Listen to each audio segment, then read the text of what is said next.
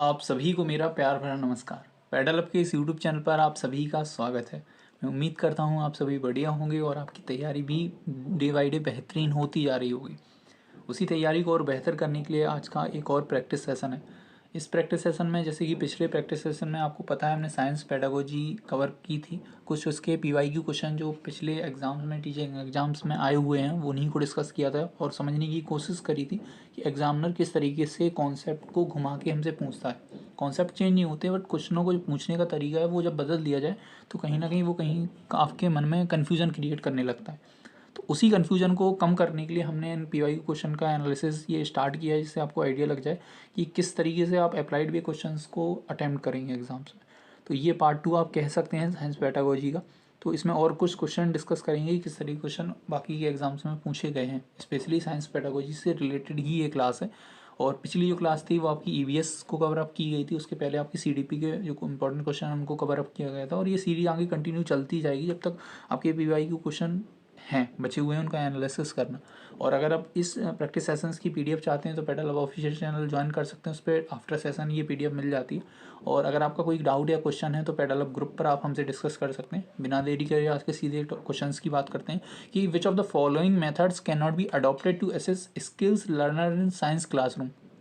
मतलब आप किस मेथड को नहीं चुनेंगे या आप स्किल को असेस करने में, वो भी साइंस क्लासरूम में। क्या वो प्रोजेक्ट वर्क है, एक्सपेरिमेंटेशन है, क्लास टेस्ट है या फील्ड ट्रिप है।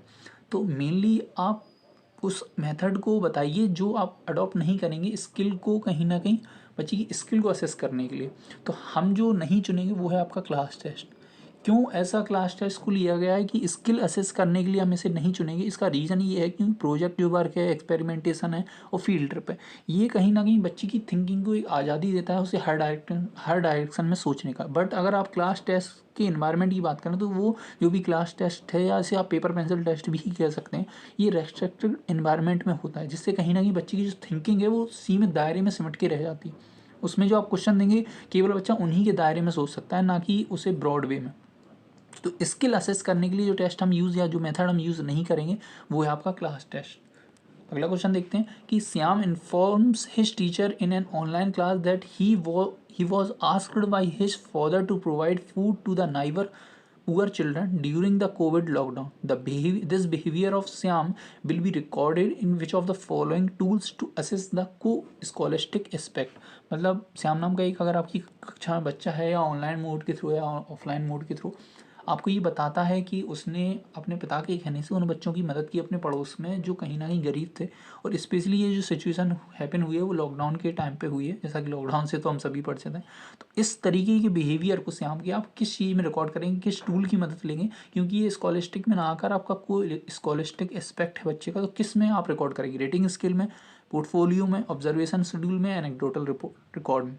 तो मैं कहूँगा कि 2 सेकंड के लिए पॉज लेके आप अपना आंसर दें। इसका जो सही आंसर है वो है एनेक्डोटल। अब एनेक्डोटल क्या है इस बारे में ऑलरेडी डिस्कस कर चुके हैं, बट एक बार और अगर डिस्कस करने की बात करें कि आप इसमें ब्रीफ चीज़ लिखते हैं और ऐसी चीज़ लिखते हैं जो इंस्टेंटली हैपन हुई हो, बहुत लंबे समय बाद आप इन चीज़ों को रिकॉर्ड करके नहीं रखेंगे। पोर्टफोलियो की बात करें तो ये कहीं ना कहीं आपका आप बच्चे की जो एक्टिविटीज़ हैं उनका कलेक्शन, इसमें पूरा उसका डेटा रखते हैं, उसे पोर्टफोलियो करेंगे। रेटिंग स्केल को आप कहीं ना कहीं स्किल को मेजर करने के लिए, अच्छा ए ग्रेड आया भी, इस तरीके की चीज़ों। ऑब्जर्वेशन शेड्यूल को कहीं ना कहीं बच्चे की एक्टिविटी को बैठ कर ऑब्जर्व कर रहे हैं, ये पूरी एक प्रोसेस है, इसमें समय भी लग सकता है। बट एनेक्डोटल की जो चीज़ रिकॉर्ड करी जाती है वो इंस्टेंट रिकॉर्ड होती है ना, ये बात आपको ध्यान रखनी है। अगले क्वेश्चन को देखते हैं कि Sajiya ask student to compare the roots of grass and with other beats and write the difference between them. Which of the following process skill is involve in this task. तो आपको ये बताना है, जो साजिया है एक टीचर, वो अपने बच्चों से कहती है घास की जड़ों की तुलना कहीं किसी अन्य खरपतवार जो पैदा हो जाती है वीड्स, उससे आप करके बताइए और इनके बीच में डिफरेंस आप हमें बताइए।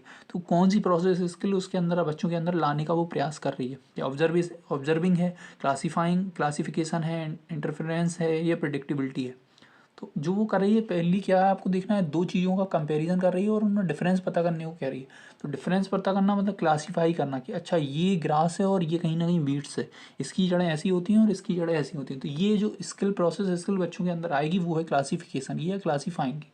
ठीक है, अगला क्वेश्चन देखते हैं कि आज science teacher of class 8 in teaching the concept of physical and chemical changes. मतलब आप कक्षा 8 के बच्चों को फिजिकल और केमिकल चेंजेस के बारे में पढ़ाना चाहते हैं। तो which of the following teaching learning material can be best used in an effective way to teach this concept. मतलब आपको ये बताना है कौन सा टीचिंग लर्निंग मेथड या कौन सा इफेक्टिव वे होगा आपका जो आप इस तरीके की कॉन्सेप्ट को पढ़ाने में यूज़ करेंगे। मॉडल है, चार्ट है, पीपीटी या पावर पॉइंट स्लाइड्स है या रेडियो। तो हम क्या पढ़ाना है, मेनली फिजिकल और केमिकल रिएक्शंस के बारे में बताना है, ठीक है। इसका जो सही आंसर होगा वो मैं बता दे रहा हूँ, आपने आई होप अपना आंसर दे दिया होगा। इसका मेनली आंसर होगा पावर पॉइंट। हो सकता है आप लोग मॉडल्स लगा रहे होंगे, मॉडल्स का आंसर नहीं बनेगा। क्यों नहीं बनेगा, रीज़न ज़रा जान लेते हैं। क्योंकि रेडियो पे देखो बनेगा नहीं, क्योंकि वो नॉर्मली आपका साउंड के लिए प्रेफर किया जाता है जब आप स्पीच वगैरह किसी कॉन्सेप्ट में जोड़ना चाहते हो, ठीक है। चार्ट्स वगैरह के थ्रू इजीली दिखा नहीं सकते, लेकिन पावर पॉइंट स्लाइड में आप कई चीज़ों को एडअप कर सकते हैं, उससे विजुअल भी ऐड कर सकते हैं। इससे बच्चों को एक्चुअल फिजिकल और केमिकल रिएक्शंस के बारे में पता चले। और मॉडल्स में आप ज़्यादातर चीज़ें क्यों नहीं करा सकते, रीज़न उसका ये है कि हर तरीके के मॉडल्स आप केमिकल और फिजिकल चेंजेस के थ्रू नहीं दर्शा सकते, बजाय कि उसको किसी वीडियो के माध्यम से दर्शा लें जो आप पीपीटी पे अपने लगा के रखते हैं या इमेज के माध्यम से दर्शा दें, तो वो ज़्यादा अप्रोप्रिएट होगा। तो इस हिसाब से आपका जो आंसर बनेगा वो पीपीटी की स्लाइड्स या पावर पॉइंट स्लाइड्स बनेगा। अगला क्वेश्चन है which of the following statement are correct regarding assessment in science. मतलब आपको ये बताना है कौन सा इसमें करेक्ट बैठेगा जब आप साइंस का असेसमेंट कर रहे होंगे। Continuous assessment dilutes teaching learning, ठीक है। या it is impractical to record each task of each student, qualitative criteria help in meaningful assessment, या every concept need not be tested. तो जब असेसमेंट हम कर रहे हैं तो मेनली हम किस तरीके का असेसमेंट बच्चों को करेंगे जिससे हमें एक्चुअल में पता पड़ रहा है कि वो हमारी मदद कर रहा है साइंस के सब्जेक्ट का असेसमेंट करने में, ठीक है। तो आप अगर बात करें कि every concept need not be tested, मतलब आप ये जानते हैं कि हर तरीके के जो कॉन्सेप्ट हैं उनको ज़रूरत नहीं है।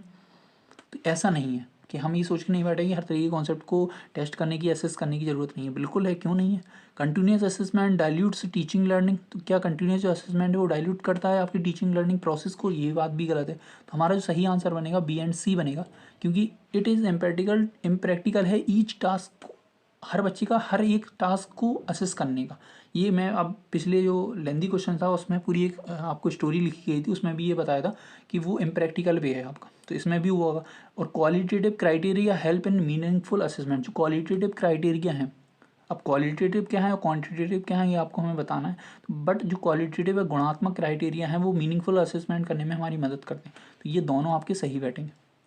अगला क्वेश्चन अगर आप हिंदी में पढ़ना चाहें तो ये है। अगला क्वेश्चन है all of the following are acceptable aim of teaching learning of science except. मतलब आपको ये बताना है कि जो साइंस को हम जब टीच करते हैं, पढ़ाते हैं, तो किसके अलावा बाकी सब ठीक है साइंस को पढ़ाते समय।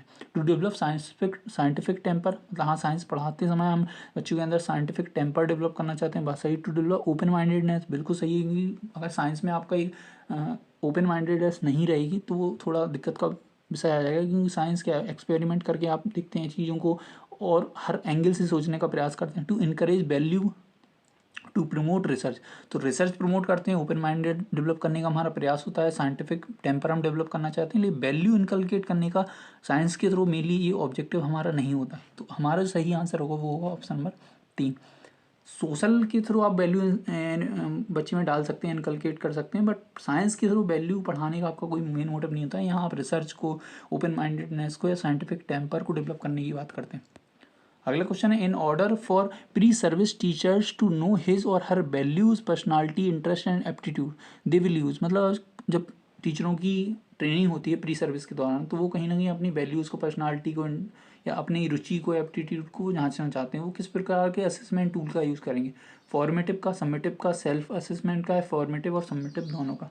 तो यहाँ बात हो रही है टीचर खुद का असेसमेंट कर रहा है, खुद की पर्सनालिटी को, खुद के वैल्यूज़ को, ठीक है, खुद की स्किल्स को जांच रहा है, तो वो सेल्फ असेसमेंट टूल के अंतर्गत आएगी, ठीक है। आई होप ये चीज़ क्लियर हो गई होगी। अगला क्वेश्चन है which of the following will not be an effective strategy for the education of a student with hearing impairment with in an inclusive institution. मतलब आपको ये बताना है कि कौन सी इफेक्टिव स्ट्रेटजी नहीं है, नॉट लिखा है यहाँ, ध्यान से पढ़िएगा, for education of student with hearing impairment से कोई बच्चा है, उसको आपको ये बताना है कौन सी इफेक्टिव स्ट्रेटजी नहीं होगी अगर आप पढ़ा रहे हैं समावेशी कक्षा में। Use of substitutes while screening video, ठीक है, या use of expressive body movement gestures, बिल्कुल सही है, हम गेस्चर्स का, बॉडी मूवमेंट्स का यूज करेंगे क्योंकि उसे सुनाई नहीं देता है ना। या supplementing oral communication with textual, या विजुअल फॉर्म ऑफ कम्युनिकेशन, तो विजुअल फॉर्म का बिल्कुल हम यूज़ करेंगे। Reliance on verbalization as primary mode of communication, लेकिन हम टोटल तरीके से जो वर्बलाइजेशन या आप कह सकते हैं वॉइस के थ्रू हम टोटल डिपेंडेंट नहीं होंगे या उसे प्राइमरी मोड ऑफ कम्युनिकेशन हम नहीं मानेंगे। क्यों? क्योंकि वो हियरिंग इम्पेयरमेंट है और यहाँ नहीं पूछा है, तो हमारा जो आंसर बनेगा वो बनेगा फोर्थ वाला। ठीक है, तो संचार को हम प्राथमिक तौर पे नहीं लेंगे अपने उसमें, क्योंकि उसे एक्चुअल में जो दिक्कत है वो हियरिंग से रिलेटेड है, इस वजह से। A teacher can inculcate the essence of scientific enterprises among students why by all of these following practices except, मतलब आपको ये बताना है जो 3 है वो कहीं ना कहीं बच्चे में एक साइंटिफिक एंटरप्राइज का इनकलकेट करने का काम करती हैं, एक को छोड़कर। तो जो ये छोड़ रहे हैं उसको पहचानना है। Student should be made convergent with multiple method of science, nature of science to be made an integral part of teaching learning, या student must be required to memorize fact reproduce and when they needed, या historical aspect. तो mainly अगर science बात करें तो अभी हमने बात करें साइंस ऐसा सब्जेक्ट है इसमें आपको रटने की ज़रूरत नहीं है, आपको एक्सपेरिमेंट ज़्यादा करने की ज़रूरत है। तो चीज़ों को हम कौन सा इसमें शामिल नहीं होगा, किस चीज़ को हम इनकलकेट नहीं करना चाहते, वो है मेमोराइजेशन की उसकी क्षमता को, क्योंकि रटना चीज़ों को हम पढ़ाना नहीं चाहते साइंस के थ्रू। हम चाहते हैं कि वो ज़्यादा से ज़्यादा चीज़ों को एक्सप्लोर करे, डिस्कवर करे, ताकि उसकी समझ अपने आसपास की चीज़ों को लेकर बढ़े, है ना। एक broad mindset, open mindedness जिसे हम कहते हैं, अभी पढ़ा था, वो डेवलप हो।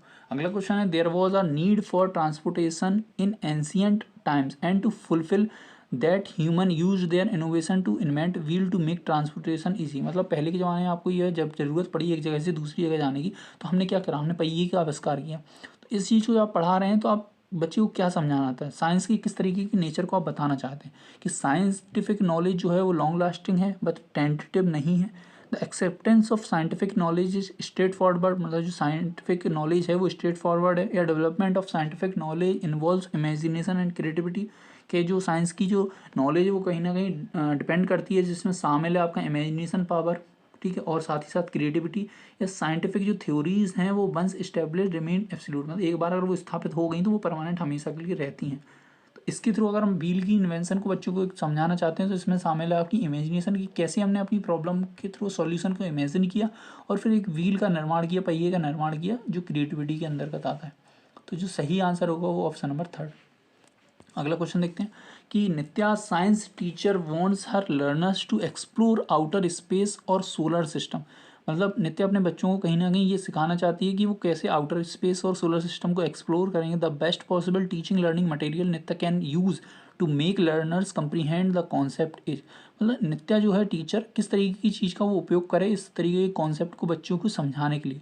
सो a picture of solar system, मतलब पिक्चर दिखा दे, ड्रॉ अ डायग्राम, डायग्राम दिखा दे, एक्सप्लेन सोलर सिस्टम, एक्सप्लेन कर दे सोलर सिस्टम को थ्रो चार्ट या 3D मॉडल दिखा दे। तो आज के युग में अगर जो हमारे लिए उपलब्धता जिस चीज़ की है और जो बहुत ज़्यादा टीचिंग लर्निंग प्रोसेस में मदद करेगा आपकी सोलर आउटर स्पेस के बारे में या सोलर सिस्टम के बारे में बताने, वो है आपका 3D मॉडल, और ये आप भी जानते हैं। तो इस हिसाब से जो आंसर बनेगा वो आपका फोर्थ वाला बनेगा। अगला है कि Ramnik has a student with visual impairment, मतलब रमणीक की एक टीचर है इसकी कक्षा में, जो बच्चा है वो विजुअली इम्पेयरमेंट से ग्रसित है ना। अब आपको ये बताना है कि वो अपने इस तरीके के बच्चे को कैसे वो ट्रीट करें, मतलब किस तरह की क्लास को क्रिएट करें जिससे वो समावेशी कक्षा के तौर पे उभर के आए। Using a variety of visual presentation नहीं, क्योंकि उसे विजुअल इम्पेयरमेंट आप कह चुके हैं।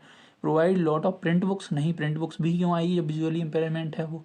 Making use of tactiles material such as 3 dimensional maps and chart, बिल्कुल सही है, ये हमारा आंसर बनेगा। क्यों? क्योंकि उसमें कहीं ना कहीं स्पर्शी चीज़ों का उपयोग कर रहे हैं, स्पर्श सामग्री। जैसे आप ब्रेन लिपि अगर आपने देखी होगी तो किस पर बेस है, वो कहीं ना कहीं टेक्टाइल से आपकी स्पर्श करके आप चीज़ों को पहचानते हैं, पढ़ते हैं। तो वो हम यूज करेंगे विजुअल इम्पेयरमेंट बच्चों के लिए। अगला है कि which of the following task illustrate science as inquiry, मतलब इनमें से कौन सा एक स्टेटमेंट या टास्क है जो कहीं ना कहीं साइंस को एज एन इंक्वायरी सब्जेक्ट आपके सामने लाता है। Identified a mammal from picture, मतलब आपको पिक्चर में से ऐसे मैमल्स को आइडेंटिफाई कर रहा है, 4 एनिमल को आइडेंटिफाई करना है। Find out if ice cube melt eight same rate in hot and cold water, मतलब आपको ये बताना है कि जो आइस क्यूब है वो हॉट और कोल्ड दोनों वाटर में किस रेट से मेल्ट होता है। इन लिस्ट करना है अलग अलग मेजर यूनिट्स को, ठीक है। एक्सप्लोर करना है फैक्टर्स को जो डिटरमाइन करें कहीं ना कहीं सिंकिंग और फ्लोटिंग वाली एरिया में, कि कौन सा सिंक कर रहा है कौन सा फ्लोट कर रहा है। तो मेनली अगर बात करें यहाँ पूछा इंक्वायरी लर्निंग को या डिस्कवरी लर्निंग को आप बच्ची बढ़ाना चाहते हैं, तो फैक्ट्स को इनलिस्ट करना हमारा काम नहीं है, ठीक है। और बात करें कि सीधा आपका एक पिक्चर लगा दी, उसमें सीधा छांटना है, तो वो भी इंक्वायरी लर्निंग बच्चे की नहीं बढ़ा रहा है। बट आप फाइंड आउट करने के लिए कहेंगे कि एक आइस क्यूब है, हॉट वाटर में कितने रेट से वो मेल्ट हो रहा है और कोल्ड वाटर में किस रेट से मेल्ट हो रहा है, तो वो कहीं ना इंक्वायरी लर्निंग है कि ऑब्जर्व करेगा, ऑब्जर्वेशन स्किल बनेगी। एक्सप्लोर जब चीज़ों करेगा तो उसमें भी आपका इंक्वायरी लर्निंग काम आएगा। तो बी एंड डी इसका जो सही आंसर होगा वो है option number 4।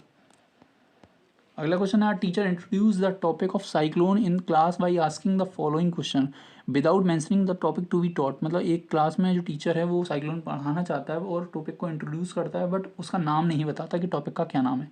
Have you heard, और क्वेश्चन पूछता है have you heard about heavy rains in West Bengal, कि आपने हैवी रेन्स के बारे में पढ़ा कि बहुत तेज बारिश हो रही है वेस्ट बंगाल है उड़ीसा में 2021। एनीवन हर्ड द टर्म यास, क्या आपने यास के बारे में सुना है, यास जैसा कोई शब्द आपने सुना हो। इस तरीके के क्वेश्चन पूछ के जो टीचर है उसका क्या ऑब्जेक्टिव है, टू चेक जनरल नॉलेज या टू मेक क्लास अटेंटिव या टू कंटेक्चुअलाइज दिस टॉपिक या to break monotony of the class. तो अगर बात करें कि मोनोटोमी को ब्रेक करना चाहता है तो ये बात नहीं होगी, जनरल नॉलेज चेक करना चाहता है ये भी नहीं होगा। हो सकता है कुछ ऑप्शन 2 दे रहे हो, कुछ ऑप्शन 3 दे रहे हो, लेकिन बात करें अटेंटिव बुक क्लास को, जरूरी थोड़ी है सेम टॉपिक में टॉपिक से जुड़े हुए क्वेश्चन से ही अटेंटिव क्लास को बनाए। वो अगर अटेंटिव बनाना चाहता तो कुछ और तरीके की स्टोरी कहानी वो पहले स्टार्ट करता, बट यहाँ जो है वो कहीं ना कहीं अपने कॉन्सेप्ट से अपने टॉपिक से बच्चों को जोड़ना चाहता है। तो इसका सही आंसर होगा टू कॉन्टेक्चुअलाइज द टॉपिक, है ना, टॉपिक से सीधा जोड़ते हुए उसने क्वेश्चन पुटअप करे जिससे बच्चे सीधे से तौर पर आपके कॉन्सेप्ट से कनेक्ट कर जाएँ। अगला है, teaching learning material should be used by teachers as it. मतलब आपको भी बताना है कि जो टीचिंग TLM के तौर पे हम टीचिंग लर्निंग मटेरियल का यूज़ करते हैं वो टीचर के द्वारा यूज किए जाते हैं या यूज किया जाना चाहिए, किस तरीके से उनका यूज़ करेगा। Motivate learner to further prepare such material at home, इस तरीके से कि जो लर्नर्स हैं वो खुद मोटिवेट हों उस तरीके के मटेरियल को घर पे तैयार करने के लिए। सप्लीमेंट करें टीचिंग लर्निंग प्रोसेस का या प्रिपेयर करें बच्चों की मेंटलिटी को कि वो क्लास में बैठ सकें, या इज़ नॉट वेरी एक्सपेंसिव, मतलब वो बहुत ज़्यादा महंगी ना हो। तो मेनली टीचिंग लर्निंग मटेरियल में बाकी चीज़ें शामिल हो सकती हैं, बट मेन ऑब्जेक्टिव मेन इसका एम ये है कि जो आपका सप्लीमेंट करने का काम करे वो आपकी टीचिंग लर्निंग प्रोसेस का, इसलिए हम टीचिंग लर्निंग मटेरियल का यूज़ करते हैं। साथ ही साथ हम चाहते हैं कि जो मटेरियल हम यूज़ करें वो आपका इनएक्सपेंसिव हो, मतलब ज़्यादा एक्सपेंसिव ना हो, है ना, वो बाकी सप्लीमेंट वर्क है। मेन ऑब्जेक्टिव ये है कि वो हमारी सप्लीमेंट करने का काम करे टीचिंग लर्निंग प्रोसेस का। अगला है, a science teacher is interested to focus more on acquisitions of process skill. मतलब एक साइंस टीचर के तौर पे आपका इंटरेस्ट जो सबसे ज़्यादा है वो बच्चों के अंदर प्रोसेस स्किल को डेवलप करना है। ठीक है, तो आपको ये बताना है इसके थ्रू आप किस तरीके की मेथड का यूज करेंगे जो कहीं ना कहीं बच्चे आपके इस ऑब्जेक्टिव को पूरा करने का काम करेगा। असाइनमेंट कम क्वेश्चनिंग मेथड, लेक्चर कम डिस्कशनिंग मेथड, प्रोजेक्ट कम लेबोरेटरी मेथड है, लेक्चर कम डेमोन्स्ट्रेशन मेथड। अब प्रोसेस स्किल को अगर आप साइंस में डेवलप करना चाहते हैं तो लेक्चर तो देंगे नहीं, ठीक है, लेक्चर हिसाब से आपका ये कट जाएगा, क्योंकि आपको जब प्रोसेस स्किल डेवलप करनी है तो चाइल्ड सेंटर्ड होना पड़ेगा। चाइल्ड सेंटर्ड होना है तो बच्चे की एक्टिव रूप में आपको ज़्यादा से ज़्यादा पार्टिसिपेशन कराना पड़ेगा। तो उसमें जो चीज़ काम आएगी वो प्रोजेक्ट कम लेबोरेटरी मेथड, इन दोनों का जब हम यूज़ करेंगे, क्योंकि ये दो मेथड को मिला के एक मेथड बनाया गया है प्रोजेक्ट कम लेबोरेटरी मेथड, तो इसी का हम ज़्यादा सूटेबल यूज़ से बच्चों को एक्टिव पार्टिसिपेटर के तौर पर ला सकते हैं और उनमें प्रोसेस स्किल को बढ़ावा दे सकते हैं। अगला है, according to NCF 2005 position paper on teaching of science which of the following is an important and transferable skill that help the children in learning to learn science. मतलब आपने ये सुना है कि NEP या NCF बढ़ावा दे रही है हाउ टू लर्न, मतलब इस चीज़ को सिखाना। सेम ऐसे ही NCF जो 2005 है उसने इस चीज़ को बढ़ावा दिया है, आप कैसे करेंगे, किस तरीके की एबिलिटी बच्चे में डेवलप करेंगे लर्निंग टू लर्न साइंस में लाने के लिए। Ability to learn scientific fact, मतलब इसके थ्रू आप चाहते हैं कि बच्चे फैक्ट्स को याद रखें या रिकॉल करें फार्मूला को या चीज़ों को, उसकी प्रोसेस को, जो साइंटिफिक इंक्वायरी की जो प्रोसेस है उससे समझ जाएँ, उसकी एबिलिटी उनके अंदर डेवलप हो या चीज़ों को रिकॉल करने की क्षमता विकसित हो। तो लर्निंग टू लर्न का मेन ऑब्जेक्टिव है कि बच्चों में ये अंडरस्टैंडिंग डेवलप हो कि साइंटिफिक इंक्वायरी में किस तरीके की प्रोसेस फॉलो होती है ना, कि प्रोसेस कि आप किस तरीके से साइंटिफिक इंक्वायरी कर सकते हैं, तभी चीज़ें ज़्यादा अंडरस्टैंडिंग में बच्चों की आएंगी। तो आपका जो सही आंसर है वो है 3rd वाला। तो ये थे आज के क्वेश्चंस। आई होप कि आपने एंजॉय किया होगा, आपकी समझ बेहतर बनी होगी, और मिलते हैं अगले प्रैक्टिस सेशन के साथ। तब तक के लिए मस्त रहिए, बेस्ट रहिए, till then take care, bye bye.